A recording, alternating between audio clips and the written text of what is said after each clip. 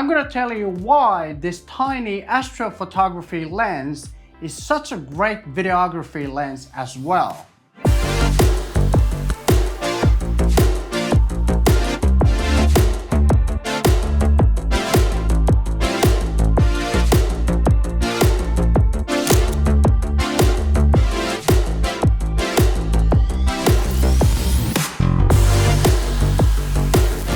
In this review, I'm gonna help you decide if this budget wide-angle lens for Sony full-frame cameras is the right choice for you.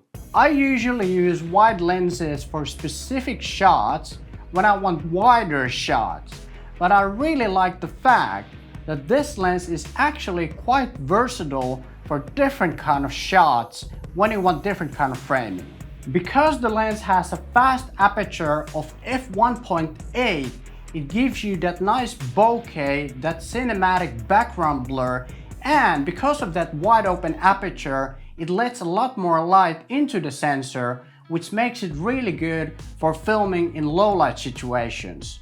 We also did some autofocus tests with the lens and it worked really well, but for some reason in a few close-up handheld shots, it just couldn't keep the autofocus fully on the subject the whole time, but then I just reshot it and it worked well.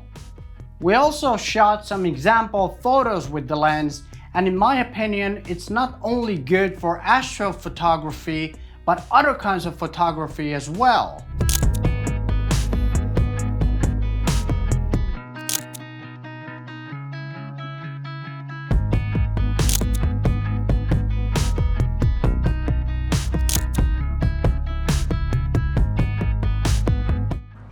This is the vlogging test with the Sony A7III and the Samyang 24mm F1.8 lens, and I'm holding it at an arm's length.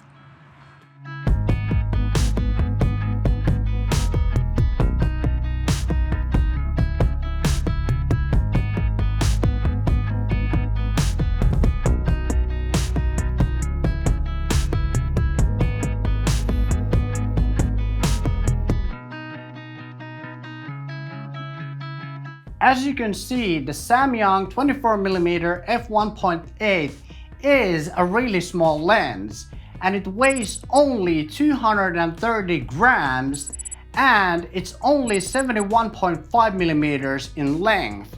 So it is a really compact lens. Okay, so let's talk about the price of this lens. So the Samyang 24mm F1.8 autofocus lens cost around $349 US according to B&A's photo.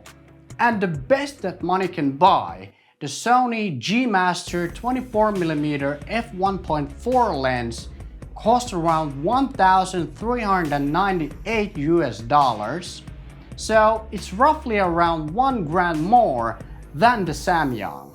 The lens is also weather sealed, so even though I personally don't shoot in the rain, it's good to have for those people who don't mind a bit of a rain. The lens also has this focus hold button, and by pressing the focus hold button, it will keep the focus locked to that focusing distance.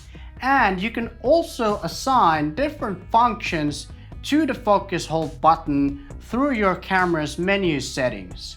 Another cool thing, the lens has this custom switch which can be assigned to different functions such as aperture control or manual focus mode, depending on which best suits your preference. And more features will be added through firmware updates in the future. Whether you are a photographer or a videographer and you're on a budget and you need a good 24mm lens, then get the Samyang. But if you need the best money can buy, then get the Sony G Master 24mm f1.4 lens, because that's the top of the line 24mm lens for Sony full frame cameras.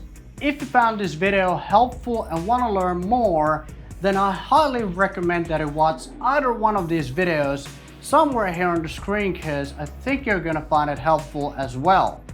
Okay, Thanks for watching and I'll see you again in the next video. Take care.